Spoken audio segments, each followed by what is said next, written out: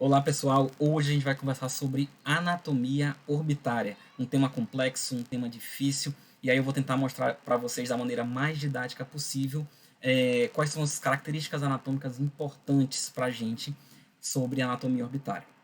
Esse vai ser o nosso vídeo 10 da nossa série de 10 vídeos sobre anatomia de cabeça e pescoço. Nós estamos terminando essa série aqui e no final desse vídeo eu resolvi colocar, como algumas pessoas me perguntaram, resolvi colocar alguns livros de sugestão de estudo de anatomia de cabeça e pescoço e como é que eu venho estudando isso ao longo do tempo. Então fica até o final desse vídeo aqui para vocês conseguirem também ter essas ideias de livros para estudar. Meu nome é Vitor Diniz e hoje a gente vai finalizar a nossa série de anatomia de cabeça e pescoço.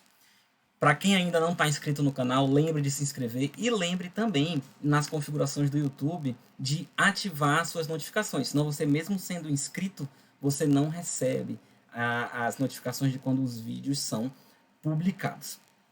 Então, pessoal, as primeiras coisas que eu queria conversar com vocês hoje é sobre característica óssea. É claro que a gente não vai falar só sobre osso aqui, mas a gente vai começar falando sobre osso, vai passar para os vasos sanguíneos, vai passar para músculos e falar também de algumas estruturas do globo que são importantes. Quando a gente está falando de anatomia orbitária, falando da parte óssea, né, a gente sabe que a órbita ela é composta por 7 ossos. Né, quais seriam eles? Em azul aqui a gente tem o osso frontal, a gente tem o osso zigomático aqui nessa região, a gente tem o osso esfenoide aqui em amarelo, a gente tem a maxila em verde, a gente tem o osso palatino, aqui essa pontinha que forma o assoalho de órbita, aqui na região bem posterior da órbita, a gente tem o osso etimoide, o osso lacrimal, que são os ossos que vão formar as estruturas anatômicas da órbita. A órbita tem paredes mais delgadas e tem paredes mais espessas. Então, as rimas orbitárias tendem a ser mais espessas, enquanto o soalho de órbita é pouco espesso, né? É uma estrutura muito fina, às vezes 0,5 milímetros de espessura. Da mesma forma, a parede medial, né, que é uma estrutura complexa de se reconstruir, e essa parte aqui, póstero-medial, é uma área que a gente chama de área-chave, né, uma fratura aqui nessa região, a órbita acaba perdendo muito volume e você acaba tendo repercussões clínicas como enoftalmia, como distopia, né? Enoftalmia seria aquele olho fundo, a distopia seria o desnivelamento desse globo ocular. E tem umas estruturas importantes aqui quando a gente faz acesso para a órbita, que são, por exemplo, a gente está vendo aqui o forame etimoidal anterior nessa região, forame etimoidal posterior aqui nessa região.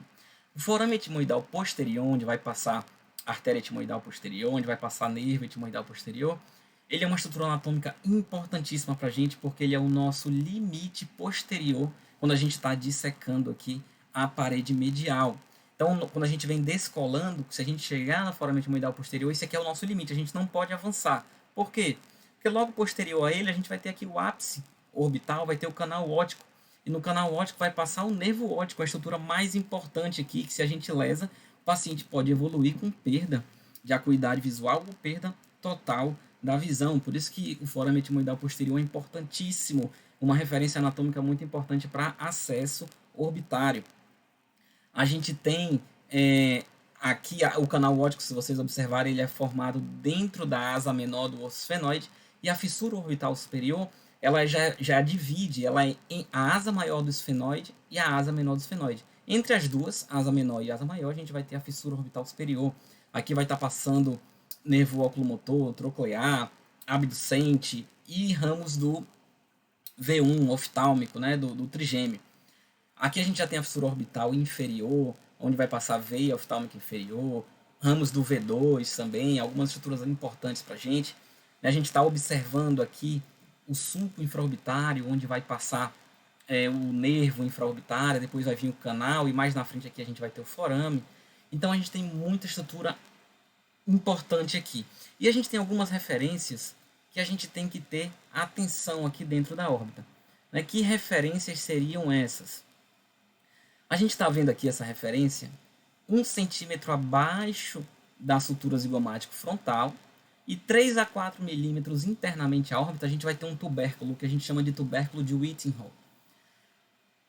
Porque, para que serve para a gente esse tubérculo? Então, a protuberância óssea, onde vão se inserir alguns ligamentos, né, alguns tendões, né, um ligamento suspensório de Lockwood, né, o tendão que vai ser formado por algumas fibras do orbicular do olho, que vão se entrelaçar, formando como se fosse um tendão ali, um ligamento, e se inserir nesse tubérculo, e vão ajudar o globo a ficar bem posicionado do ponto de vista vertical aqui na parede lateral. Da mesma forma, outras coisas importantes para a gente. Eu vinha comentando que o foramen etimoidal posterior é muito importante. Né? E da crista lacrimal anterior para o foramen etimoidal anterior, normalmente a gente tem 24 milímetros, e mais 12 milímetros para posterior a gente chega no foramen etimoidal. Então aqui 35, 36 milímetros de dissecção posterior na parede medial ainda é aceitável. Passando disso a gente não aceita mais. É claro que isso vai variar de um crânio grande para um crânio pequeno, mas são medidas que a gente usa como referência, tá bom? E aí a gente tenta adequar de paciente para paciente. Inclusive a gente pode individualizar isso pegando uma tomografia computadorizada e fazendo essas medidas na própria tomografia. Tá bom, pessoal? Então essas estruturas anatômicas são importantíssimas. Quando a gente fala do canal óptico, da fissura orbital superior e inferior, a gente tem que saber quais estruturas estão passando por ele, né? Por exemplo, daqui da sutura zigomático frontal para a fissura orbital superior, a gente geralmente tem 35 milímetros como segurança. E o que tem na fissura orbital superior? Nessa imagem aqui, a gente está vendo, então, fissura orbital superior, fissura orbital inferior, e a gente está vendo o canal óptico. Pelo canal óptico vai passar nervo óptico e artéria oftálmica. Isso é muito importante, porque muita gente confunde e acha que a artéria oftálmica ela vai passar pela fissura orbital superior. E não é. A artéria oftálmica ela vai passar pelo canal óptico junto com o nervo óptico, tá bom? E isso vai estar situado no ápice orbital, tá bom? Na fissura orbital superior, a gente vai ter ramos de V1, certo? Que seria o nervo trigêmeo, os ramos do nervo oftálmico do trigêmeo, que são o lacrimal, o frontal e o nasociliar, passando pela fissura orbital superior. A gente vai ter ramos do quarto par craniano, que é o troclear. A gente vai ter ramos do terceiro par craniano, que é o oculomotor. E a gente vai ter ramos do sexto par craniano, que é o abducente. Então aqui esses nervos vão ser importantíssimos, né? O oculomotor, o abducente e o troclear, para a inervação dos músculos extraoculares, reto medial, reto lateral. Então aqui a gente está vendo alguns deles, né? Reto medial, reto lateral. A gente está vendo reto superior, reto inferior, oblíquo superior. Aqui a gente está vendo o levantador da pálpebra. Então, que também é inervado pelo oculomotor. A gente vai conversar um pouquinho mais sobre isso. Uma coisa importante aqui da gente entender quando eu fecho a pálpebra, eu vou ter ação aqui do músculo orbicular do olho, que é inervado pelo sétimo par craniano, que é o facial. Quando eu faço a força para elevar a pálpebra, certo? Eu estou utilizando o levantador da pálpebra superior, que é inervado pelo óculomotor. Quando eu estou em repouso, a gente está utilizando aí um músculo de Miller, que ele tem uma inervação do sistema simpático autônomo, tá bom? Autônomo simpático. Então, em repouso, quem vai estar mantendo minha pálpebra ali em repouso, como agora, quando minha pálpebra está em repouso, é o músculo de Miller, né? Com essa inervação autônoma. Se eu forçar para cima, aí sim é levantador da pálpebra superior, que é função do óculo motor. E aqui, na fissura orbital inferior, a gente está vendo passando a veia oftálmica inferior. A gente está vendo, vai passar aqui também ramos do V2, né, do maxilar, como os ramos zigomáticos, que vai sair depois do zigomático facial. Ramos como o infraorbitário, que vamos passar por aqui também, depois pelo canal infraorbitário. Então, na fissura orbital inferior, a gente já tem menos estruturas importantes, tá bom? E aí a gente tem lá, né, na traumatologia, a síndrome da fissura orbital superior, que todos esses nervos que a gente está vendo aqui vão estar acometidos. E já na síndrome do ápice orbital, a gente vai ter junto com esses nervos da fissura orbital o nervo óptico. A diferença é só essa, né? Então o paciente tem perda de visão. E às vezes se pergunta muito, né? E qual a diferença para o hematoma retrobulbar? Gente, o hematoma retrobulbar, esse acúmulo de sangue, ele pode levar a uma síndrome da fissura orbital, ele pode levar a uma síndrome do ápice orbital, dependendo do acúmulo de sangue que tem ali. Então são coisas diferentes. Outra coisa que pode levar a isso é, por exemplo, uma infecção que progride para essas regiões. Pode levar a uma síndrome da fissura orbital superior, do ápice orbitário, dependendo da onde essa infecção chega, tá bom? Então, o hematoma e a infecção, elas são fatores que podem desencadear essas síndromes, tá certo? Continuando aqui, a gente vai ver um videozinho ainda dando enfoque nessa parte óssea, para vocês verem aí mais uma vez esses ossos que formam a cavidade orbitária. Vai ver que a maxila aí tem um importante componente na formação do assoalho, junto com o osso zigomático, que também é muito importante na formação da parede lateral da órbita. A gente está vendo agora, eu deixei marcado o osso palatino. Vocês vão ver lá atrás, eu vou aproximar um pouquinho aqui, que lá bem posterior, no assoalho de órbita, a gente está vendo o osso palatino em verde. Né? E esse é muito importante, esse componente do osso palatino nessa formação do assoalho orbitário. Mais uma vez a gente está vendo aqui crista lacrimal, a gente está vendo o osso etimoide, né? A gente, logo acima, formando teto de órbita, vai ter osso frontal também. Aqui a gente está vendo o esfenoide. Então, o esfenoide já vai ter um componente em parede lateral, um componente pequeno em parede medial também, já na região posterior. Tá bom, pessoal? E o osso frontal, que vai ter um componente importantíssimo aqui, como teto de órbita. Então, acima do teto da órbita, a gente vai ter uma fossa craniana anterior e posterior aqui à fissura orbital superior e inferior, a gente vai ter uma fossa craniana média, tá bom? Continuando, a gente vai ver algumas estruturas importantes vasculares agora da órbita, tá bom? Começando aqui, a gente está vendo a artéria supraorbital, que é um ramo da artéria oftálmica. A vascularização do globo ela é basicamente toda fornecida por ramos da artéria oftálmica. Aqui a gente já está vendo ramos da veia oftálmica superior, que vai se anastomosar aqui com a veia angular. Por isso que a gente lembra do videozinho lá sobre drenagem venosa da face, que a gente conversa sobre isso. Se você não viu, eu vou deixar o card aqui em cima para você ver. E como que uma infecção odontogênica pode progredir para um dos seios da dura mater, né, que é o seio cavernoso, porque a veia oftálmica superior ela vai levar essa drenagem para o seio cavernoso. Então, é uma comunicação importantíssima para a gente, né, dentro da cirurgia bucomaxilofacial e dentro das próprias infecções odontogênicas. Então, mais uma vez aqui a gente está vendo a artéria oftálmica, a artéria supratroclear, elas se anastomosando. Lembrando que a artéria oftálmica ela é um ramo da artéria carótida interna, tá bom? Então, nessa região a gente vai ter a anastomose da artéria carótida interna com a externa, que seria angular, que é o ramo da facial. A gente está vendo veia oftálmica superior, mais uma vez. Aqui mais para frente a gente está vendo já ali atrás o osso esfenoide. A gente vai visualizar algumas vênulas retinianas, né? Que também vão fazer essa drenagem lá para o seio cavernoso. Ramos musculares da artéria oftálmica para os músculos extraoculares. Aqui a gente já vai ver veias que vão ser ramos para o plexo pterigóide, que vão drenar para o plexo pterigóide, que estaria numa região bem próxima ao nervo maxilar, né, ao nervo infraorbitário. E aí aqui a gente está vendo já ramo da artéria maxilar, que quando entrar aqui no canal infraorbitário vai passar a se chamar artéria infraorbitária. Continuando mais uma vez, o nosso enfoque agora vai ser nos músculos extraoculares.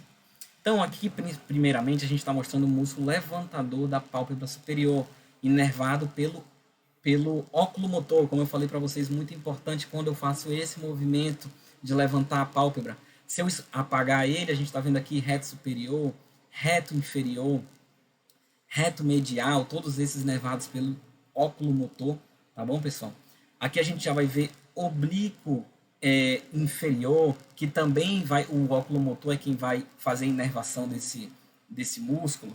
Aqui a gente já vai ver um músculo reto lateral, que quem vai fazer a inervação dele já é o abducente. E aqui nessa outra região, a gente vai ver o oblíquo superior, que quem vai fazer a inervação dele já é o nervo troclear, tá bom? Então, esses são os principais nervos. A gente está vendo agora aqui o nervo óptico, né? Ele está circunscrito pela dura mater, que vem acompanhando ele, da cavidade craniana, tá bom? Aqui nessa região mais superior, a gente ainda está vendo glândula lacrimal, né? Que fica na fossa lacrimal aqui, no osso frontal, lateralmente e superiormente aqui a órbita. Mais uma vez, continuando, a gente acabou de falar dos músculos oculares. Só para a gente entender algumas coisas. Aqui a gente está vendo reto superior, reto inferior. A gente está num corte aqui mais sagital, né?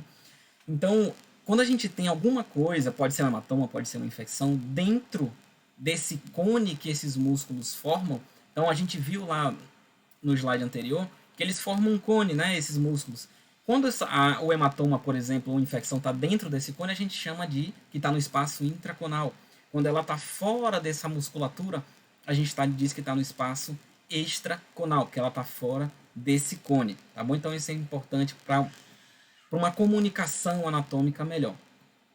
E eu vou mostrar mais um vídeo para vocês, agora sem o enfoque tanto muscular, mas mais do globo em si, de algumas estruturas importantes que a gente tem no globo. Então, eu vou mostrar aqui a glândula lacrimal para vocês, como eu falei para vocês, região superolateral. Aqui a gente está vendo o saco lacrimal, que é para onde os canais lacrimais eles vão drenar. Vocês observarem o canal lacrimal, ele começa vertical e depois ele tem um caminho horizontal. Então, quando a gente vai fazer a dacriocistorenostomia, normalmente quem faz é o oftalmo, ou um plástico, mas cirurgião bucomaxilo também pode fazer.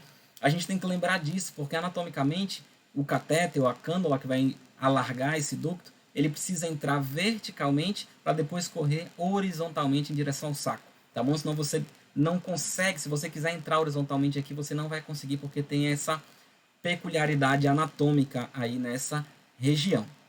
Continuando aqui, a gente vai ver o próprio ducto nasolacrimal, tá bom? Que vai drenar para o meato inferior do nariz. Então a gente está vendo aqui o músculo orbicular do olho, como eu falei, inervado pelo facial, nervo facial, que é quem vai fazer esse movimento de fechar a pálpebra. Aqui a gente está vendo esse levantador da aponeurose, que é como se fosse uma continuação do músculo levantador da pálpebra superior. E aí logo em seguida vai ter o levantador da pálpebra superior, que a gente já conversou, que é inervado pelo óculo motor. Aqui mais abaixo a gente vai observar alguns nervos que são importantes para a gente, certo? Primeiro, o ramo zigomático do nervo facial, né, que vai ter uma importância aí no músculo orbicular do olho, né, para o fechamento da pálpebra. Aqui a gente está vendo um ramo medial do nervo supraorbital, que é ramo do oftálmico. Né? A mesma coisa, aqui a gente vai clicar num outro nervo, para vocês conseguirem visualizar. Deixa eu clicar aqui. E aqui a gente já está vendo também mais um ramo do nervo oftálmico, certo? Que é um ramo palpebral, né? Que é um ramo do infratroclear, que é ramo do oftálmico. Aqui a gente já está vendo o nervo lacrimal. Aqui eu vou dar um pause para a gente comentar sobre uma coisa. Se vocês lembrarem, eu fiz um vídeo só sobre o nervo maxilar, certo? Eu posso deixar o card dele aqui em cima. Quando eu fiz esse vídeo sobre o nervo maxilar, eu comentei que tem um ramo do nervo zigomático, né, que é ramo do maxilar, que ele vai se interligar com o nervo lacrimal e que vão vir fibras parasimpáticas para a glândula lacrimal, via nervo lacrimal. E se a gente relembrar o que a gente viu lá, esses nervos, eles vêm de ramos do nervo facial, que na verdade pegam esse trajeto do nervo maxilar, do nervo zigomático e do nervo lacrimal para vir fazer a inervação parasimpática da glândula lacrimal. Tá bom, pessoal? Então, para que fique claro, a inervação, a responsabilidade da inervação para a glândula, a inervação parasimpática, é do nervo facial.